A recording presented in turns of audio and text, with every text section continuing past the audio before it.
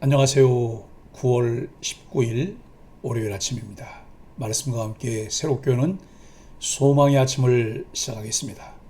플로이드 맥클랑은 자기를 믿는 교만은 편협한 시각을 낳고 주님을 인정하는 겸손은 통찰력을 낳는다라고 이야기합니다. 욥기 32장 1절로 10절까지 말씀을 본문으로 하여 지혜와 용기의 근원 엘리후의 등장이라고 하는 주제로 함께 은혜를 나누기를 원합니다. 욥의 친구들 간의 대화가 더 이상 진전되지 않고 멈추자 엘리후가 갑자기 등장합니다. 엘리후의 등장은 당혹스럽습니다. 왜냐하면 이 장에서 친구들이 등장할 때 그에 대한 언급이 없었고 42장에서 하나님이 세 친구를 책망하실 때에도 그의 이름은 보이지 않기 때문입니다. 그럼에도 엘리후가 중요한 이유는 욥과 친구들의 대화에 대한 첫 번째 해석자이기 때문입니다. 그런 면에서 엘리후의 등장은 욥과 친구들의 대화를 이해하는 데 매우 중요합니다. 엘리후는 이제까지 욥과 친구들의 대화를 듣기만 했습니다. 자신이 그들보다 어리기에 그것이 예의라고 생각했기 때문입니다. 그러나 노인이라고 해서 반드시 지혜롭고 정의로운 것이 아님을 알았기에 자신이 의견을 말하겠다고 선언합니다. 나이와 경험이 많은 사람들의 주장을 일방적으로 수용하는 것이 아니라 그들의 말을 비판하고 자기 주장을 펴는 엘리후의 태도에서 그의 용기가 전해집니다.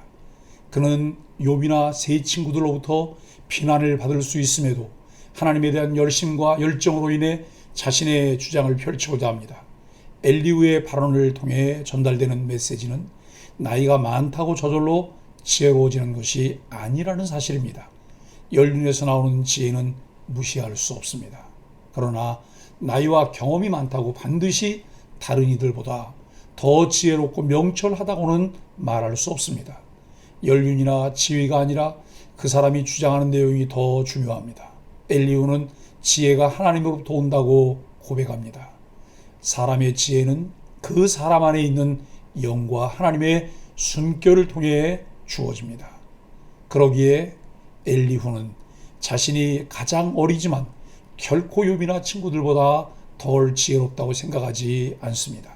그는 욥과 친구들의 대화를 들으면서 그들이 자신보다 결코 지혜롭지 않음을 확신했습니다. 이제 더 이상 침묵하지 않고 자신의 의견을 말하겠노라고 선언합니다.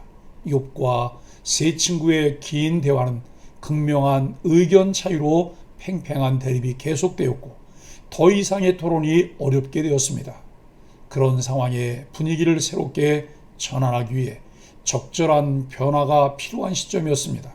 욥과 세 친구의 대화가 팽팽한 의견 차이로 더 이상 진전이 없는 가운데 엘리후가 새롭게 등장합니다. 1절로 5절은 엘리후가 화를 냅니다. 욥을 정죄한 친구들은 더 이상 말하기를 그쳤습니다. 이제까지 모든 변론이 아무런 성과가 없어 더 이상 할 말이 없어졌습니다. 그들은 욥의 죄가 재앙을 가져왔음을 증명하려 했고 욥은 하나님이 무죄한 자신을 불의하게 다루셨다고 주장했습니다. 그들은 자신들의 입장만 주장할 뿐 진정한 대화를 나누지 못했습니다. 상대방을 자신의 주장에 수긍하게 만드는 것을 목표로 삼는다면 그 대화는 결국 아무런 소득 없이 끝날 수 있습니다. 욥과 친구들의 긴 논쟁을 옆에서 지켜보던 인물이 엘리후입니다. 그는 침묵을 깨고 먼저 욥에게 화를 냅니다. 욥이 처음에는 옳은 말을 했지만 점점 자제력을 잃고 자기가 하나님보다 의롭다 주장했기 때문입니다. 또 친구들에게도 화를 냈습니다. 그들이 욥을 정죄할 뿐 그를 설득하거나 바로잡아주지 못했기 때문입니다. 엘리후 역시 다른 사람의 잘못을 지적하는 것으로 변론을 시작합니다. 우리는 이처럼 타인의 잘못은 너무나 잘 봅니다. 하지만 이런 태도로는 선을 이룰 수 없습니다. 엘리후는 욥과 세 친구가 연장자였기 때문에 대화에 끼어드는 것을 참았습니다. 그가 연장자를 존중하는 태도를 가졌음을 알 수 있습니다. 그러나 세 사람이 더 이상 욥에게 아무 말도 하지 못하는 모습을 보이자 참았던 화를 터뜨립니다. 그들은 많은 말을 늘어놓았지만 결국 욥을 굴복시키지 못했기에 화를 냈습니다. 엘리후 역시 세 친구와 생각이 크게 다르지 않은 것을 알 수 있습니다. 결국 그들이 변론하는 목적은 잘못된 생각과 태도를 보이고 있는 욥을 굴복시키는 것이었습니다. 6절로 10절은 전능자가 깨달음을 주십니다. 이제까지 자신의 연소함 때문에 참고 있었던 엘리후는 연륜과 경험이 지혜를 보장하는 것이 아니라 사람의 속에 있는 영, 곧 전능자의 숨결이 깨달음과 지혜를 준다고 8절에서 선언합니다. 성공적인 인생과 성과를 이루는 지혜로운 통찰은 세월이나 경험이 아니라 하나님에게서 오는 것입니다. 그러므로 성경은 지혜가 부족할 때 후히 주시고 꾸짖지 아니하시는 하나님께 구하라고 합니다. 엘리후는 전능하신 하나님이 깨달음을 주시기 때문에 자신보다 연장자인 세 친구가 어른이라고 지혜롭거나 정의를 깨닫는 것이 아니라고 단호하게 선언합니다. 그러면서 하나님이 주신 지혜와 명철이 자신에게 있다고 암시하고 있습니다. 그러니 이제는 자신의 말을 들으라고 촉구합니다. 엘리후가 진정한 지혜를 가졌는지는 알 수 없지만 하나님이 지혜의 근원이라는 통찰은 옳은 말입니다. 삶의 경험, 오랜 배움으로 깨달을 수 없는 지혜를 하나님은 주십니다. 그러기에 여호와를 경외하는 것이 지혜의 근본입니다. 엘리후의 등장은 정체되었던 욥과 세 친구의 논쟁에 명쾌한 해답을 제시해 줄 듯 보입니다. 그렇지만 엘리후 역시 타인의 잘못을 지적하는 태도나 자신이 다른 사람들보다 더 지혜롭다는 주장을 볼 때 세 친구와 다를 바가 없습니다. 그의 말대로 진정한 지혜는 오직 하나님께만 있음을 잊지 말고 모든 문제의 해답을 하나님께 구해야 합니다. 사랑하는 소망의 가족 여러분, 욥이 말을 그치자 세 친구들도 말을 그쳤습니다. 그저 똑같은 멈춤처럼 보이지만 성경은 이를 다르게 표현합니다.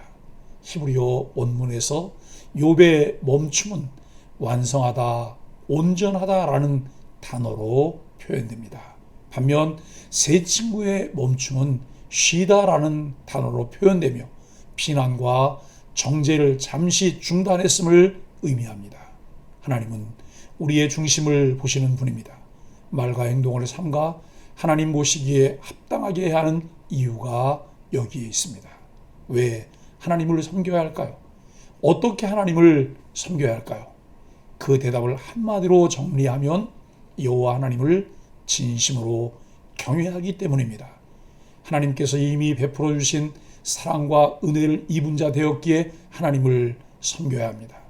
하나님에 대한 거룩한 두려움, 사랑하는 마음으로 경외심을 갖고 그의 말씀에 순종하며 섬겨야 합니다. 하나님에 대한 바른 지식과 그를 믿고 신뢰하여 날마다 우리의 인격과 삶, 사역에 놀라운 변화를 체험하며 사랑을 나누는 소망의 가족들이 되기를 예수 그리스도의 이름으로 간절히 축복합니다. 함께 기도하겠습니다. 고난이 상처로 남아 신음하는 형제자매를 함부로 판단하거나 무심히 지나쳤던 우리의 약함을 회개합니다. 우리의 얕은 지혜를 내세우지 않고 하나님의 지혜로 마음을 충만히 채우게 하여 주옵소서. 입술에는 절제함을, 마음에는 겸손함을 담아 하나님의 숨결로 이웃에게 다가가도록 이끌어 주옵소서. 예수님의 이름으로 간절히 기도합니다. 아멘.